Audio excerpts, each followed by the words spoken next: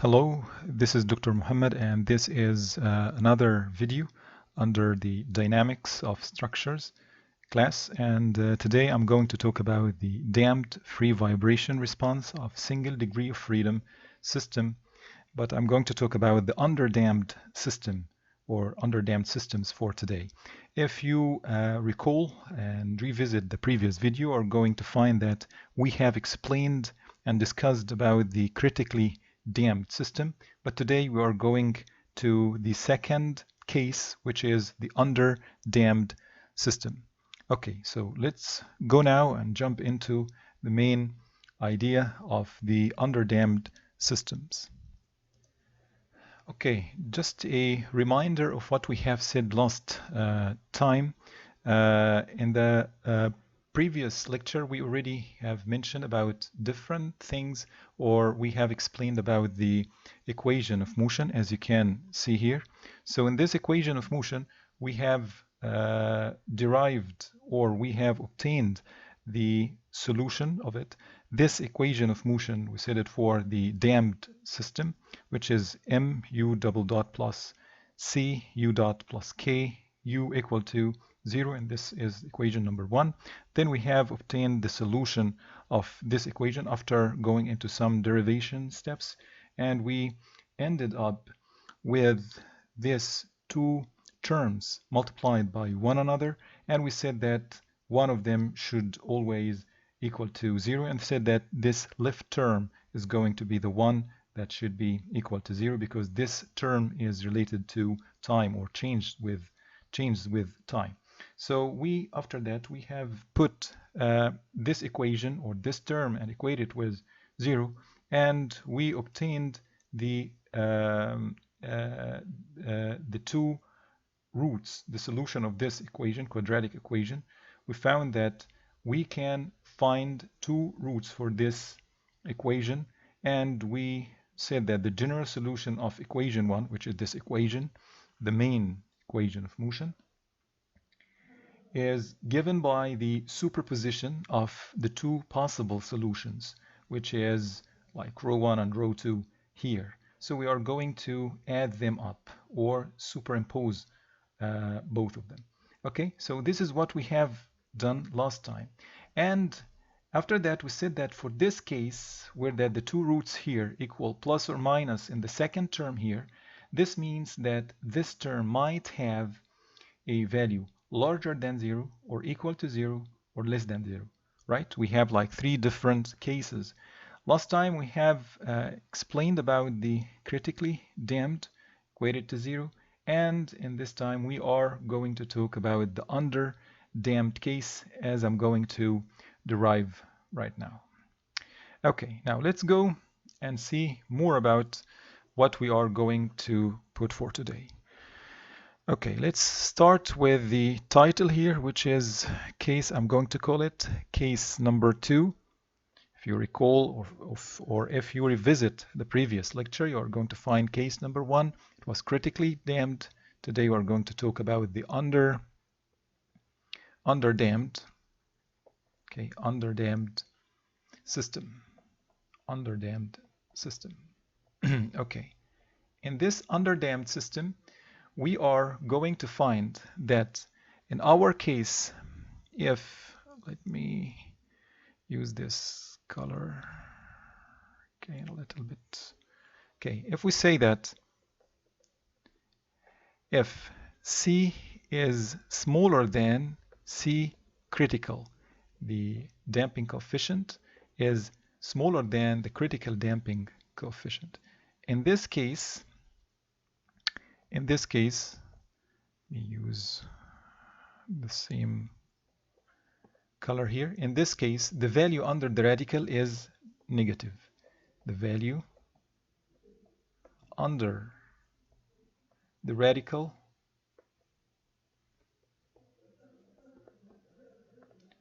is going to be negative. What is the meaning of negative here? If we go back here, we're going to find that the value here under the radical is going to be negative, smaller than 0. Okay, based on that, let's assume, we're going to assume let's assume that psi, which is the damping ratio, is going to be C over CR. We talked about this before, and it equals to C, the damping coefficient, over 2m omega of the system. Okay, where that we said that this is the damping ratio. This psi is the damping ratio, right? Okay, this psi. Okay, in this case we are going to rewrite equation 3. So let's go back here and see equation 3. This is equation 3. We're going to rewrite it again. Okay, so here let's rewrite equation 3 and let's see what we are going to have. So in this case, based on this, we're going to find that, let's assume, rho 1 and rho 2 is going to equal minus psi omega plus or minus, because we have two roots here, the square root of psi times omega, this is times dot k, to the power 2 minus omega squared under the radical, right? This we can put it as minus psi omega plus or minus under the radical here. If we go, so if we go here, I want to make it smaller. Okay, so it is going to be minus 1 here times omega squared times 1 minus psi squared, all of them under the radical, right? And then we're going to say it equals to minus psi omega plus or minus iota, which is the radical of minus 1, times omega times 1 minus psi square, right? This is going to be written as minus psi omega plus or minus I, which is iota, times omega d. Okay, this is the point here. Here we can say that this is iota. We know that this is the imaginary unit, so this is imaginary unit. I is the imaginary unit, okay, and we call it the imaginary unit. Okay, and this omega d here, it is going to be the damped critical frequency. Call it the damped critical frequency. Okay, what is the meaning of this frequency? Okay, we're going to put it, let's put it in bold and thick, because it's going to be important. We're going to say that omega d, which is the critical or the damped critical frequency, equals to, this is omega times 1 minus psi squared. Okay, this is what we call it, the damping or the damped critical frequency, the damped critical frequency. Okay, now let's go and see more about what we are having here. Okay, let's use less size here. Based on this, we are going to say that rho 1 and rho 2 equal to, as we said, plus or minus iota omega d. Okay, we are going to substitute in equation number 2. Do you remember equation number 2? Here, this is equation number 2, okay, which is going to be our general solution. It is going to be our general solution. In this case, we are going to have Okay, in this case we're going to have u of t. This is the general solution at any time. This is the meaning of general solution. It is going to equal to d1, which is constant, times e exponential function raised to the power square parenthesis, and outside there is a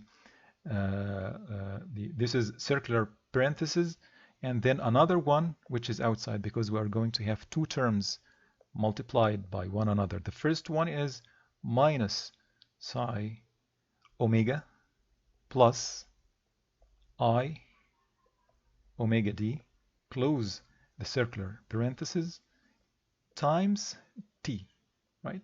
And close the square bracket. Okay, remember that we have here for we have like two terms, right? One d1 times e to the rho 1 times t, and d2 plus d2 e to rho 2 times t. So we are putting the first term. This is e to the first part times t, which is the first root rho 1, plus we're going to write the second one. It is going to be d2 times e raised to a similar omega minus, in this case, I omega d, close this, times t, and close the brackets. Take care what we should take care of here. Let's highlight this. Here this is plus, here this is minus, right? These are two roots. We are talking about rho 1 and rho 2, right? Because we have the roots here. If we go back here, okay, the roots rho 1 and rho 2 of this equation, or the roots or the solution of the quadratic equation, it is going to be two different solutions. We are going to use them in this case. So we have like rho 1 times t here. This is rho 1 and this is rho 2. So as if that we are having here, this is rho 1 and this is rho 2. Okay.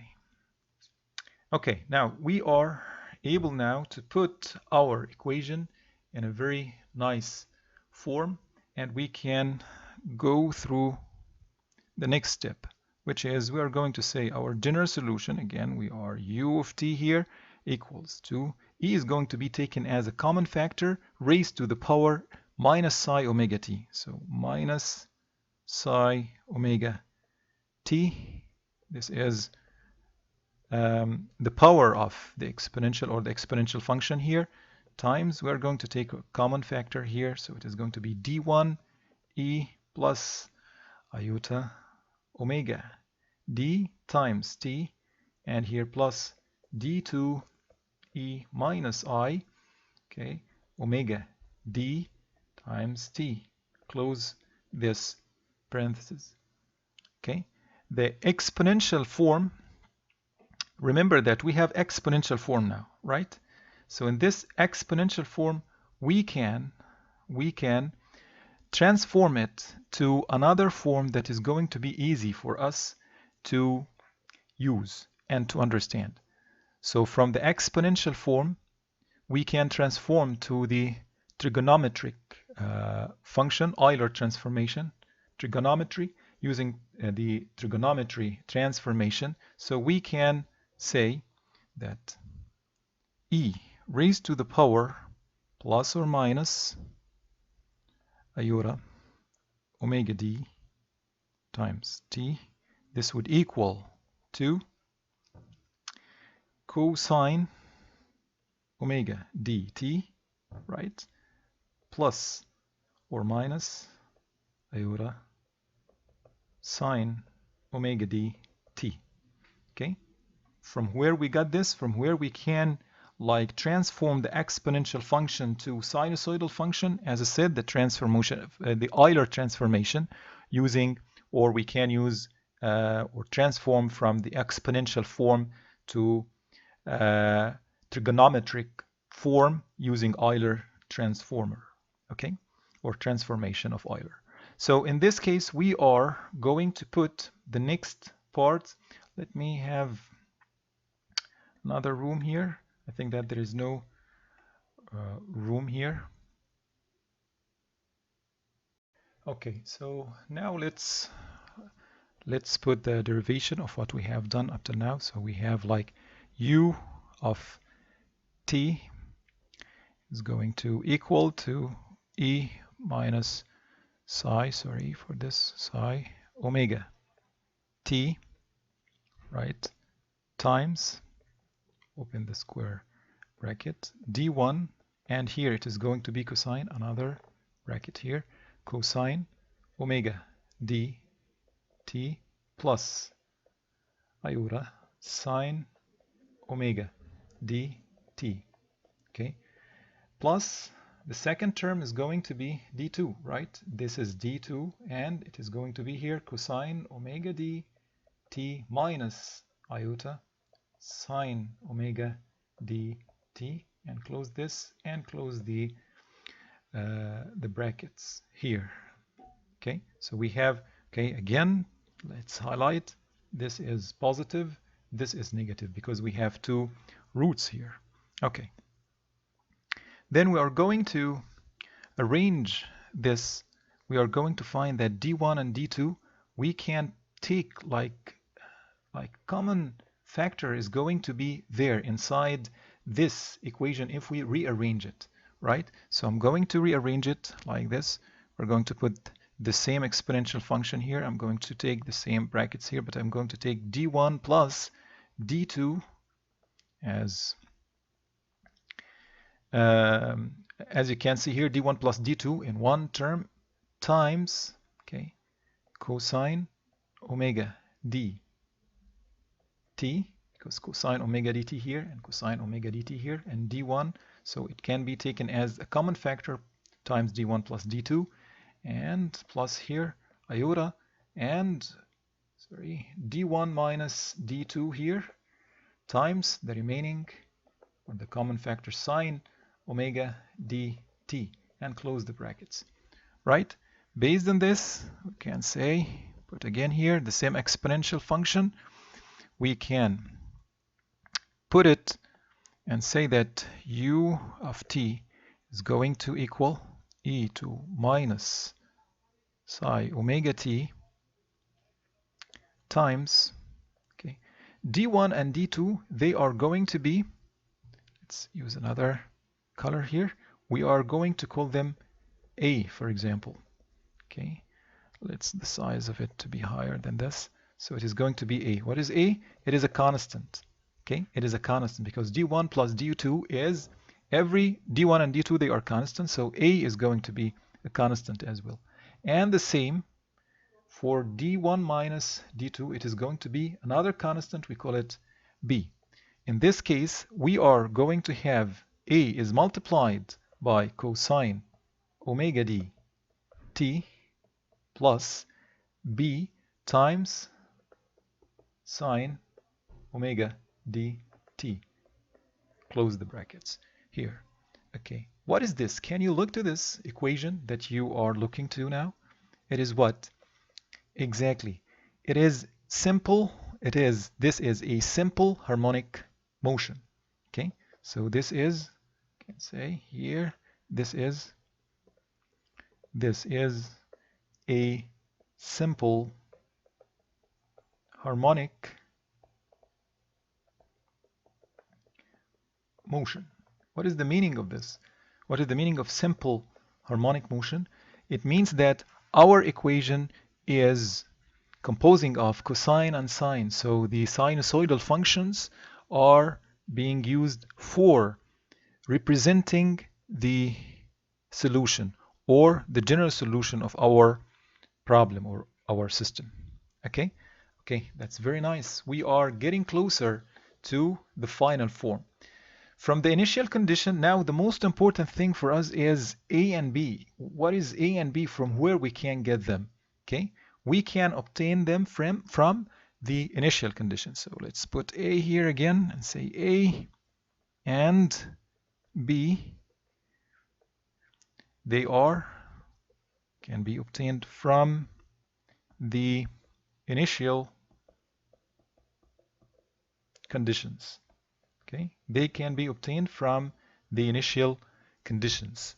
Okay, How we can obtain them from the initial conditions? Simply, we want to know what is the initial displacement and initial velocity at t equal 0 at the beginning of the motion. Means that at t equal 0, we want to know what is going to be the displacement is going to be u node, right?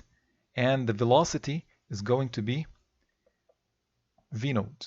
Okay, so u node and v node. They are going to be the initial displacement and the initial velocity.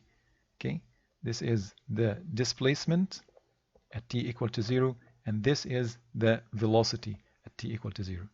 Okay, now we want to get a and b in terms of this u node and v node. If we go back to our equation, I think that if we put t here equal to 0, okay, then we can say that e to 0, it is 1, and t here, if it's 0, we can obtain cosine 0. We know what is the value of cosine 0, and sine t here is going to be sine 0. We know the value of sine 0.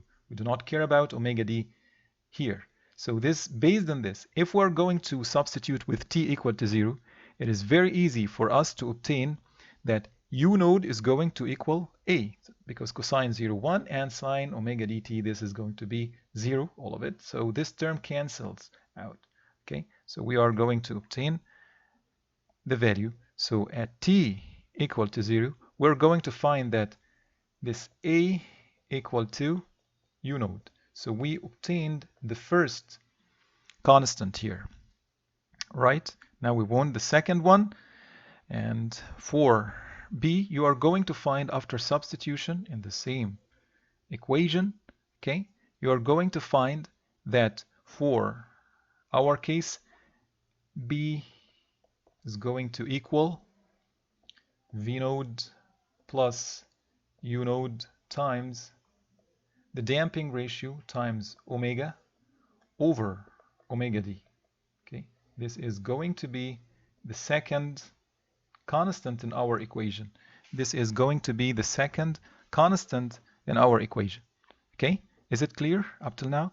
So from where we are going to obtain this, because maybe you are going to say from where we got this b directly. Here we just substituted here in this equation with t equal to 0, that's it. Yes, we need to derive this equation as we have done many times before. So we're going to derive this equation, u of t, it is going to be u dot of t, and then you are going to derive this equation, and then after substitution with t equal to 0 in the derivation, or in the first derivative of u of t, you're going to find that b equal to this term. Okay, I do not want to bother you with the math, because it is something we have repeated many times, and supposedly that you are aware of it and acquainted of it. So just I want to highlight and focus on the important dynamic concepts that is important for you to understand. Okay, now let's look deeper into this. We are having a, which is a constant, okay, and it equals to u node, b, which is another constant, and it is related to what? To v node, the initial velocity, u node, the initial displacement, psi, which is the damping ratio of the system, omega, which is the natural frequency of the system, and omega d, which is the damped frequency of the system.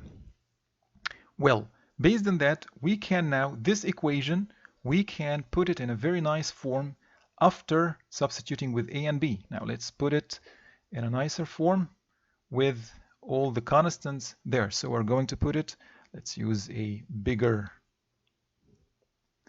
font here. So we're going to say that u of t, which is the general solution of our case for the underdamped system, okay, it is going to be e times, or e raised to the power minus psi omega t times, square bracket here, u node, which is in a before, times cosine omega d, the damping frequency, times t, our main variable, plus another term which is containing the b, which is going to be v node plus u node psi omega over omega d, this is b, the other constant, times sine omega dt. Close it. Okay, so this is our main equation now. This is our main equation. Look deeper to it. Let's have a highlighter here. U node, it is representing what? Exactly, the first constant. Here, this term is representing what? Exactly, it is representing the b. If we go back here, yes, this is A in green here and B. So now we have A, which is U node, and B here. And then we have very nice terms here, which is cosine omega dt and sine omega dt. Okay, we have another terms here. Okay, so we can put this is the general solution of our equation of motion, which is very important to highlight and keep in our minds. So after that, we are going to get or give some notes about it. We are going to give some notes about this nice equation. Okay, so let's put some notes here. Let's use our color. Okay, notes on the EOM. Notes on the equation of motion. Okay, we want to know what are these terms all about and what they are giving to us. Before going into anything, we just want to look to it. From looking, you can see that we have exponential term here, and then we have two terms which are superimposed together, and they are multiplied by this exponential form. The engineers in general like to see this equation in a different form, which is going to be more like easier for them and more suitable for them, and in the same time it is going to be giving to them more information whenever they look to it. When I look to this equation, I'm going to find only like exponential function outside and some sinusoidal function inside another term. I cannot tell anything. If I say to you, what is the amplitude of this motion? You will not be able to tell from this equation what is the amplitude, for example. Okay, and then cosine and sine, you are not like going to judge it exactly. What is the output of the cosine plus sine multiplied by some terms? So we are going to put it in another form. We call it the amplitude form. I have explained this amplitude form before when I was like two classes before. So I'm going to highlight only the point or the main important point regarding it, and then we're going to write the equation of motion in a different way. Let's use a less thicker line here. I'm going to assume this, that we have like this triangle, okay? The two edges, okay, of this triangle, I'm going to assume it like this. I'm going to say that this is going to be B and this is going to be A, right? I don't know what is A and what is B. I don't care about this, but I'm going to put it making a right angle here. And the end of these two elements, I'm going to use it or represent it as the hypotenuse of this triangle, okay? And I'm going to call it rho. That's it. This is what I'm going to say. And then I have an angle here, a nice angle here. It is alpha, and a nice angle here. I'm going to call it theta. That's it, okay? So there is nothing weird here. Just I put A and B, which are the main constants here, which is U node and this term. Okay, we have this is here, this is A. Let's like highlight it. We have A here, we have B here, which is already put in our equation. We're going to put them here in this triangle, as you can see here. And then we're going to look to our equation again. Look to this equation. I am going to make something that is mathematically right. I'm going to divide the entire equation by this rho, and I'm going to multiply outside by rho. So I'm not going to do anything. What I'm going to do is just I'm going to use this. Just I'm going to multiply rho over rho. This means that I didn't do anything, right? Okay. we're going to write the equation of motion here and see how it works for us. So we're going to say that our u of t equal to is e minus psi omega t times, okay, sorry, we are having rho here outside, okay, let's make it clearer for us so that, so times rho here times, I'm going to multiply the two terms. We have like two terms here, okay, right? So the first term is going to be u node over rho, and the second term is going to be this term, huge term here, which is going to be like v node plus u node omega over omega d, all of this over rho, okay? And then the same terms, or the sinusoidal terms, are going to be the same, cosine omega dt, and it is here sine omega dt, right? Okay, so look to this term, u node over rho, and this term, which is b, the constant b over rho, which is this b, right? So here we can see that this u node over rho from this triangle, it is going to give us what? U node, which is a, this is a, okay? So a over rho, it is going to give us the cosine of this angle, cosine theta, right? So this is going to be cosine theta, and this term is going to be b over rho, which is sine theta. So now we are having something, if we, inside the parentheses, we have something that is very unique. Cosine theta times cosine omega dt plus sine theta times sine omega dt. We didn't do anything, just we put these terms here. So cosine, cosine, sine, sine. Does this remind you with anything? Yes, exactly. There is something that you have studied before in mathematics, as I said before. So we are going to make our transformation. Cosine, cosine, sine, sine. It is going to give to us cosine. So both of them are going to put it like this. So here this equals to cosine, cosine plus sine, sine. It is going to give us cosine omega d t minus theta, right? This is trigonometric transformation.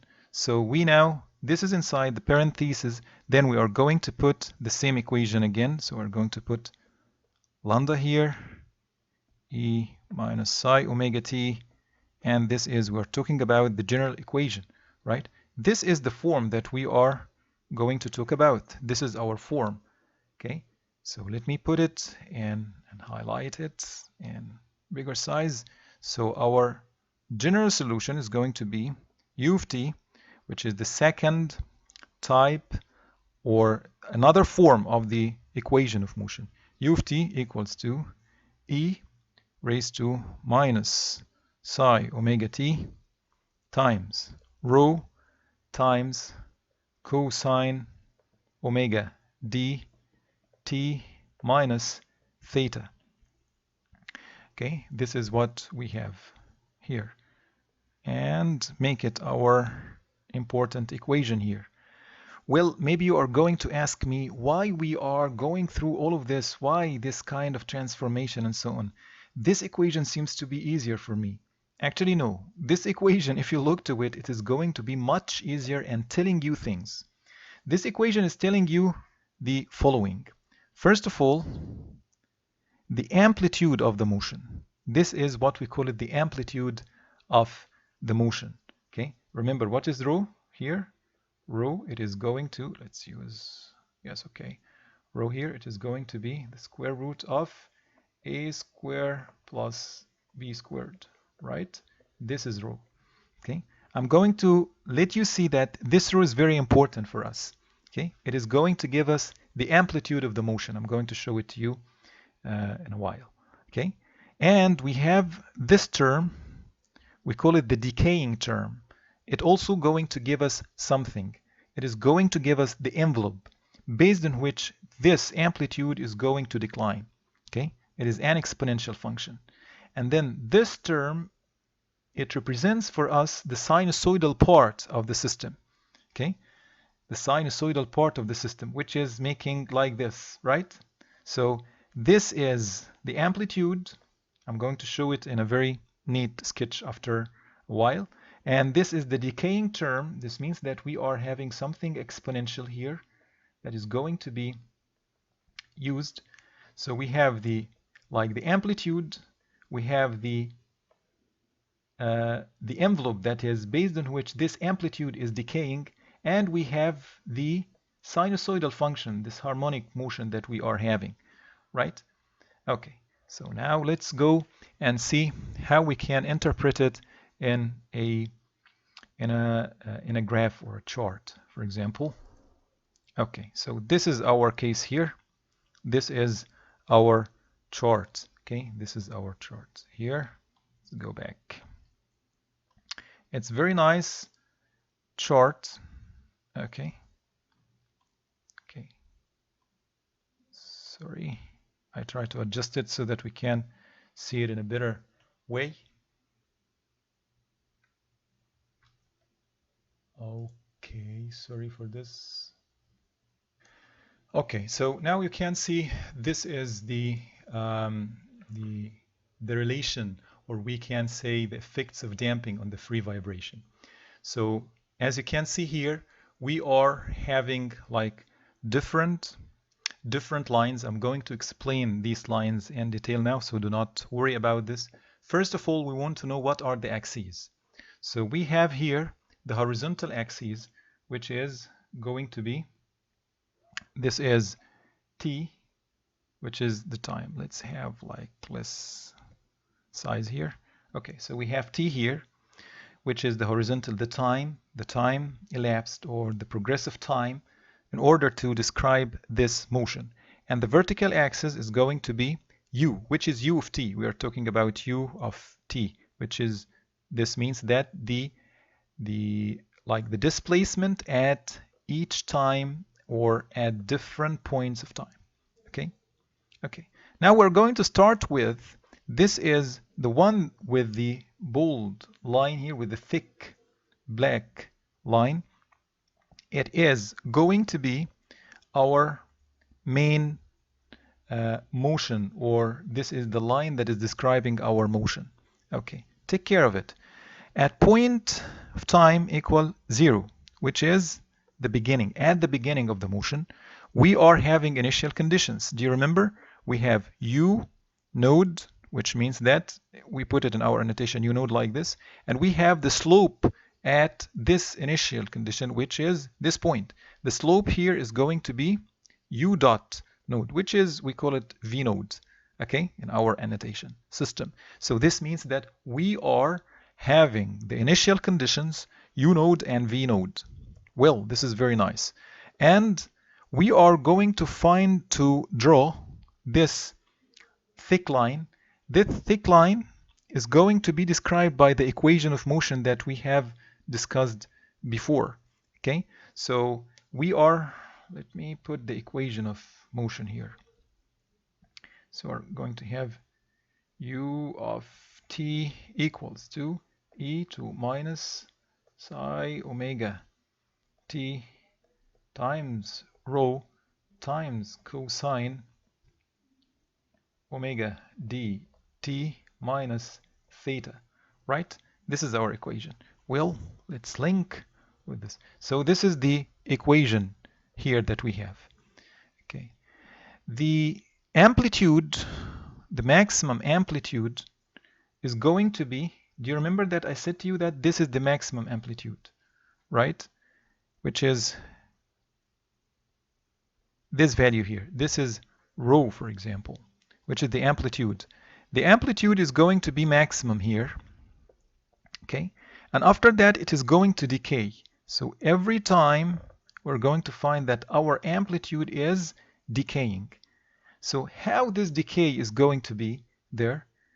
It is going to be because of what? Because of this term, which is the exponential term.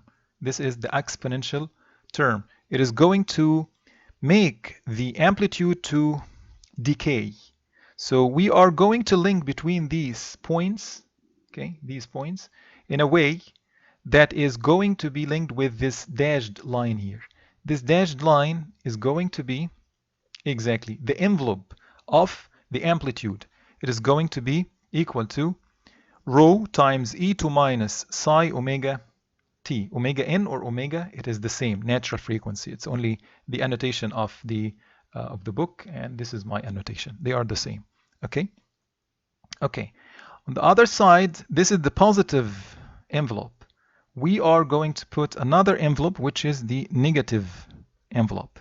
This means that we have amplitudes that is going to decay on the other side, which is in the negative side, for example, because the motion is going up and down, so it has crests in the positive side and it has crests on the negative side.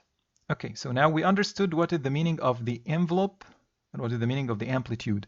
Where is the motion itself? It is going to be described by this term, which is cosine omega d t minus theta. This is the black thick line here that you can see it here. Okay, this is the black thick line here. Okay, okay, so now this is how we are going to deal with understanding of this equation. Well, but there are something else is shown on this graph, which is this annoying line that we are seeing here. Okay, actually this annoying line, it is describing the undamped case, our undamped structure. What is the meaning of undamped? We have discussed about this before. The case where that there is no damping in the system. As you can see that you're going to find that the crests, they are the same. There is no decay. Okay, so this is what we call it the undamped structure. However, we have another case where that the damping of the structure is going to be presented, and it's going to be underdamped system, which is our case here, which is, we call it the damped structure, the thick line. Look to them, they are going to be almost the same, right? Almost they are going to be the same, but we want to take care of things. They are almost the same in the beginning, right? But they are having different amplitudes after that. In the beginning, you are going to find that the two lines, they are coinciding on each other. There is no difference. But we found that after that, or we found that there is difference after that. From the half of the first cycle, we found that there is a difference between the undamped and the damped structure. That's true, because the damping or the decaying term is working on our motion and decreasing it. It is going, okay, decreasing it to be in the damped position. As you can see here, it is decreasing it, okay, more and more. As you can see here, the decrement is small. Here it is, you are going to find that the decrement is larger and larger and larger. Here it is very large, as you can see. So the difference between the damped and undamped is going to be larger with the elapsed time. Okay, there is something interesting for us we want to highlight, which is we are talking about omega d and omega, right? We were talking always about this. This means that we have like Td, damped natural period, okay, and Tn, or the natural T. I always like use Tn means T, okay, to make it easy for us, okay, and omega n equal to omega. Okay, this is usually I use like this. But whenever I put the subscript D, means that it's the damped case. If you look to the two systems, the undamped and the damped, look to this cycle, which is the time needed for one cycle to take place.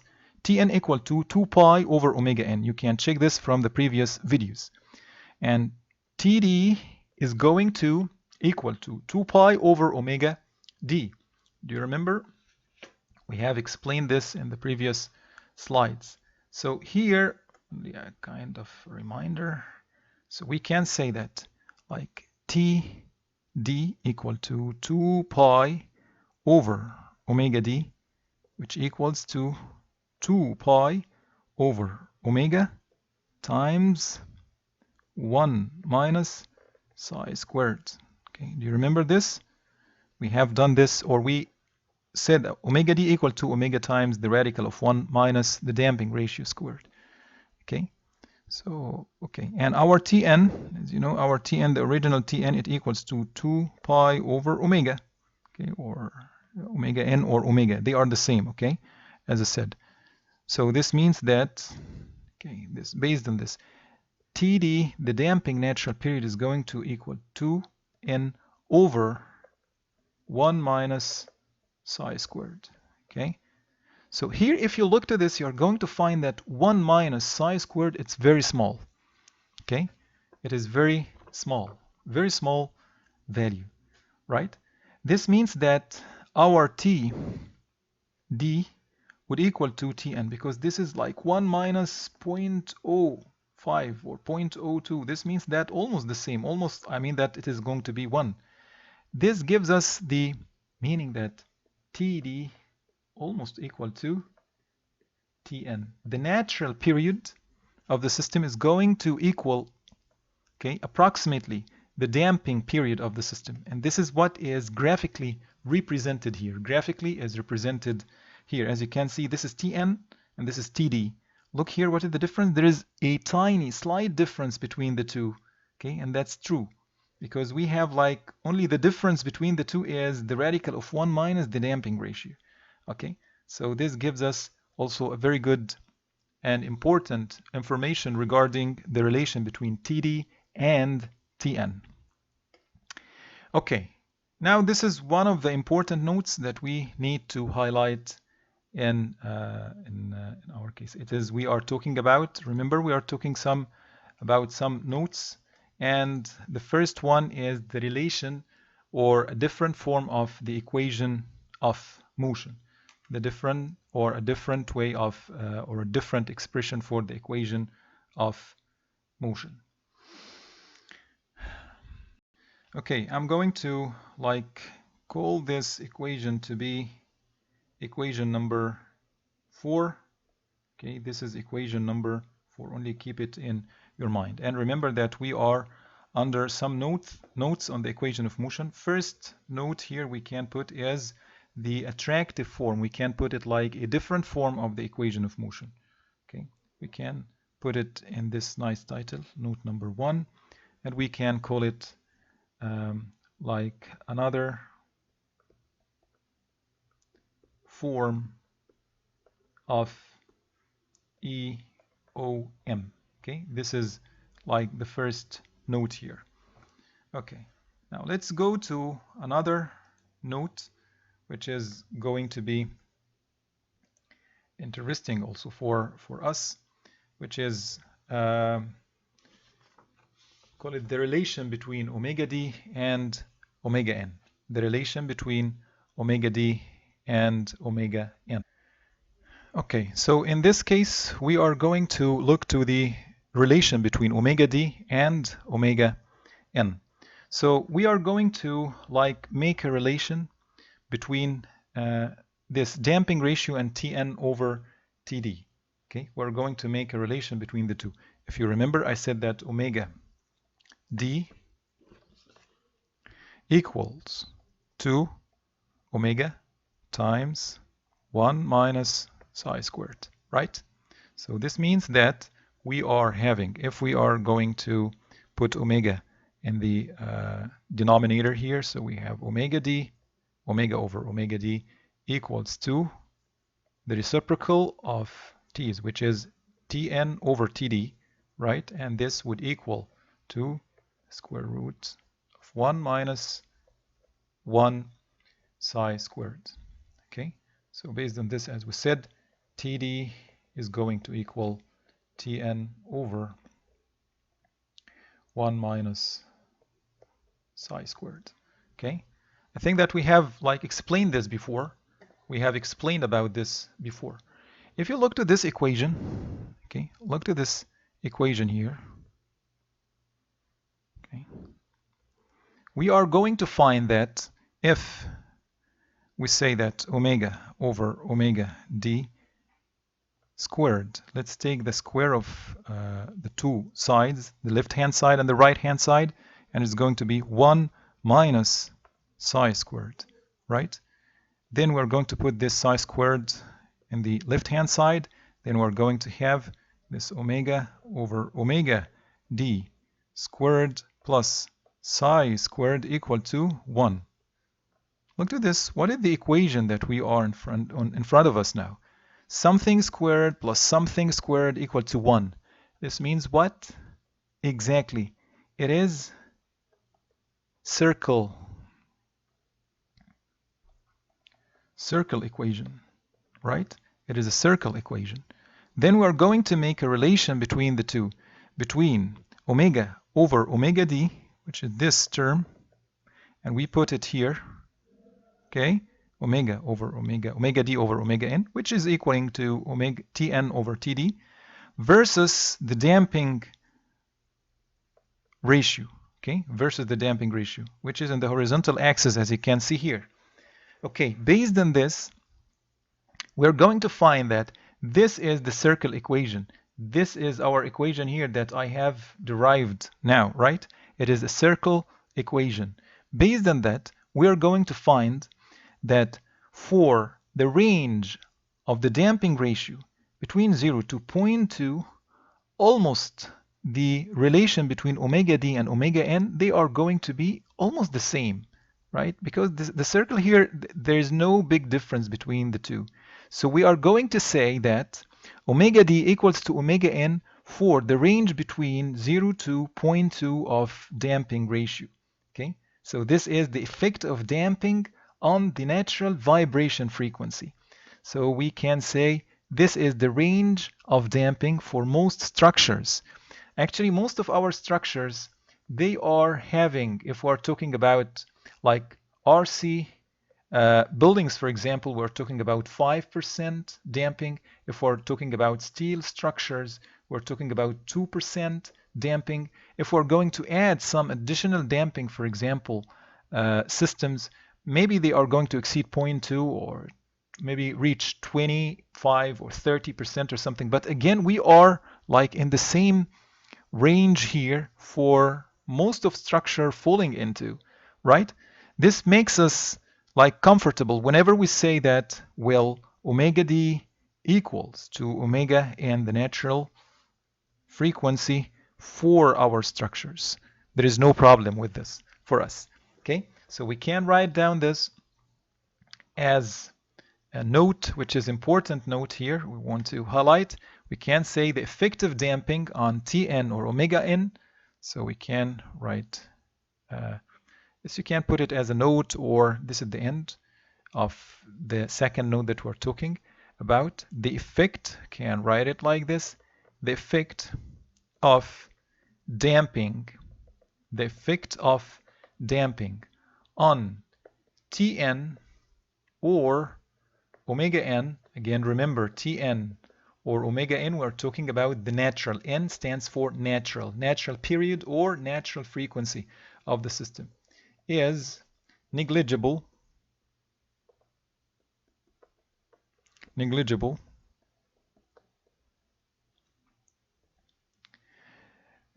for psi less than 0.2. So for this case, it is going to be negligible for us.